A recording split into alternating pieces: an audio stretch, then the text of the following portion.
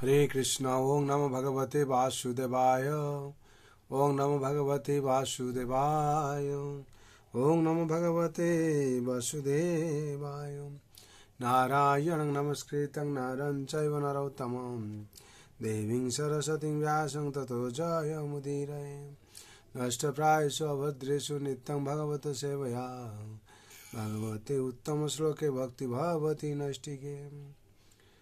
कृष्णाय वासुदेवाय देवकीनन्दनाय च नन्दगोपकुमाराय गोविन्दाय नमो नमः। वञ्चाकल्पतरुभ्यश्च कृपासिन्धुभ्येव च पतितानां पावनेभ्यो वैष्णवेभ्यो नमो नमः। हरे कृष्ण। श्रीमद्भागवत स्कंद 1 अध्याय 4 श्लोक संख्या 12।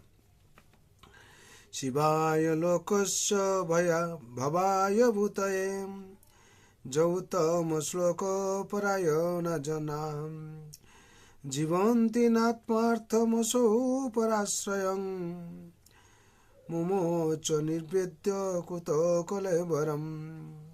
शब्दर बोला আছে শিবায় মঙ্গল, লোকস্য জীব সমূহের, ভবায় প্রগতির ধারণের জন্য, ভূতয়ে অর্থনৈতিক উন্নতির জন্য, যিনি উত্তম শ্লোক পরায়ণ পরমেশ্বর ভগবানের প্রতি ভক্তি পরায়ণ জনা মানুষের জীবন্তী জীবন ধারণ করে ন কিন্তু না আত্ম অর্থম ব্যক্তিগত স্বার্থে আসৌ যা পরাশ্রয়ম অপরের আশ্রয় মুমোচ পরিত্যাগ করে নির্বিদ্য সমস্ত আসক্তি থেকে মুক্ত কৃত কি কারণে কেব কলেবরম জড় দেহ। অনুবাদ: যারা পরমেশ্বর ভগবানের প্রতি ভক্তিপরায়ণ তারা কেবল অপরের মঙ্গল সাধন, উন্নতি সাধন এবং সুখ প্রদানের জন্য জীবন ধারণ করেন। তারা কোনো রকম স্বার্থসিদ্ধির জন্য জীবন যাপন করেন না। তাই মহারাজ পরীক্ষিত যদিও সব রকম জড়জাগতিক বিষয়াসক্তি থেকে মুক্ত ছিলেন, তবু কেন তিনি তার দেহত্যাগ করলেন, যা ছিল অন্যদের আশ্রয়স্বরূপ। তাৎপর্য: মহারাজ পরীক্ষিত ছিলেন একজন আদর্শ রাজা এবং গৃহস্থ, কেননা তিনি ছিলেন পরমেশ্বর ভগবানের ভক্ত, ভগবদ্ভক্ত, স্বাভাবিকভাবেই সর্বগুণে গুণান্বিত। আর মহারাজ পরীক্ষিত ছিলেন তার এক আদর্শ দৃষ্টান্ত। ব্যক্তিগতভাবে সব রকম জাগতিক ভোগৈশ্বর্যের প্রতি তার কোনো আসক্তি ছিল না, কিন্তু যেহেতু তিনি ছিলেন একজন রাজা, তাই তিনি নিরন্তর জনসাধারণের মঙ্গল সাধনের কাজে ব্যস্ত ছিলেন। তিনি কেবল তাদের ঐহিক মঙ্গল সাধনেই করেননি, তাদের পারত্রিক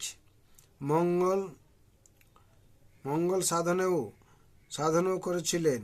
তার রাজ্যে তিনি গোহত্যা অনুমোদন করেননি।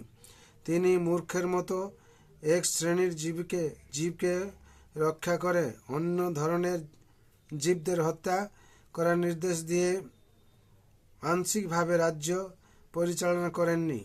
যেহেতু তিনি ছিলেন পরমেশ্বর ভগবানের ভক্ত, তাই তিনি যথাযথভাবে জানতেন কিভাবে সকলের মঙ্গল সাধন করা যায়।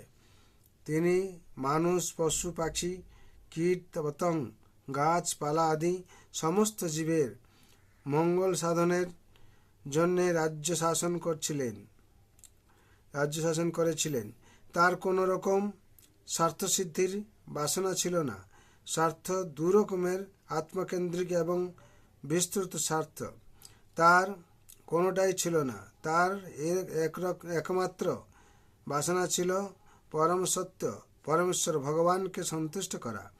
রাজা হচ্ছেন পরমেশ্বর ভগবানের প্রতিনিধি, তাই রাজার উদ্দেশ্য পরমেশ্বর ভগবানের উদ্দেশ্যের সঙ্গে এক এক হয়ে যাওয়া, এক হওয়া উচিত।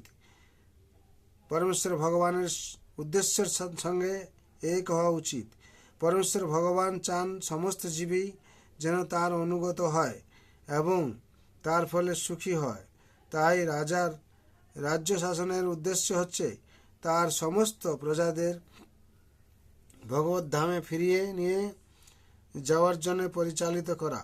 তাই প্রজাদের কার্যকলাপ এমনভাবে পরিচালিত করতে হয় যাতে তারা তাদের জীবনের শেষে তাদের প্রকৃত আলয় ভগবত ধামে ফিরে যেতে পারে। আদর্শ রাজার রাজ্য সব রকমের ঐশ্বর্যপূর্ণ। সে রাজ্যে মানুষদের পশু মাংস আহার করতে হয় না।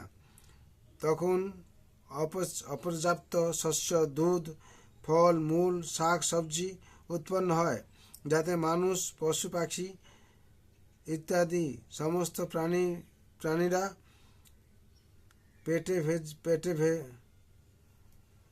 পেট ভরে খেতে পারে। পশু পাখি ইত্যাদি সমস্ত প্রাণীরা পেট ভরে খেতে পারে। সমস্ত জীবই যদি আহার এবং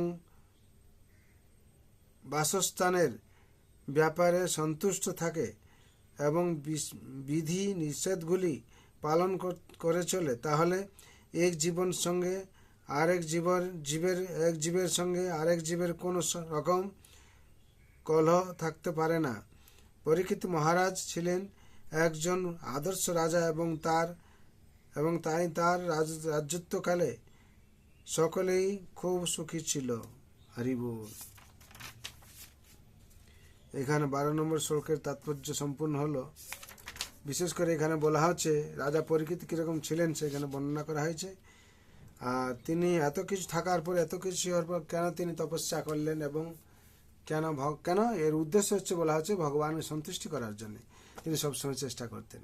এরকম অমৃত কথা জানার জন্য আমাদের ভাগবতম পাঠ শ্রবণ করতে হবে এবং ভাগবত পড়তে হবে। যদি আমরা পাঠ না করি কিংবা না শুনি তাহলে কী হবে, আমরা জানতে পারবো না। আর এই ভাগবতমে এত অমৃত কথা আছে, ভগবান লীলা এবং ভক্তের লীলা, তা আমরা শ্রবণ মাত্রে কী হবে, আমাদের শ্রবণ মাত্রে মুখ্য পায় তীতাপমান লাগই। শ্রবণ মাত্রে কী হবে, আমাদের ভগবানের এই জন্ম মৃত্যু জরা ব্যাধি যে চক্র আছে, ভগবানের অশেষ কৃপাতে আমরা মুক্তি পাব। আর ভগবানের অহেতুকী কৃপা লাভ করে আমরা ভগবত ধামে প্রবেশ করব, ভগবানের সান্নিধ্য লাভ করব। তার জন্য সবার মঙ্গলের জন্য, শান্তির জন্য আমি ভগবানের আতুল চরণে প্রার্থনা করছি সবার যাতে মঙ্গল হয়। সর্বন্তু সুখিন সর্বশান্ত নিরাময় সর্বভদ্রাণি পশ্যন্ত মা কস্য দুঃখ ভাগ ভোগত। হরে কৃষ্ণ কৃষ্ণ কৃষ্ণ হরে হরে রাম রাম রাম হরে হরে। हरि नाम महाप्रभु की जय। जगत गुरु शिल प्रभुपाद की जय। श्री गुरु महाराज की जय। अनंत कोटि वैष्णव भक्तवृंद जय। उपस्थित भक्तवृंद जय निताय गौर प्रेमानंदे। हरि हरि बोल हरि हरि बोल हरि हरि बोल। जय जय श्री राधे श्याम। हरे कृष्ण कृष्ण कृष्ण हरे हरे। हरे राम राम राम हरे हरे। जय हरि नाम महाप्रभु की जय। जगत गुरु शिल प्रभुपाद की जय। श्री गुरु महाराज की जय। श्रीमद् भागवत गीता यथार्थ की जय। श्रीमद् भागवत महापुराण की जय। अनंत कोटि वैष्णव भक्तवृंद की जय। उपस्थित भक्त वृंद की जय। ग्रंथराज भागवतम की जय। ताय गौर प्रेमानंदे। हरि हरि बोल हरि हरि बोल हरि हरि बोल।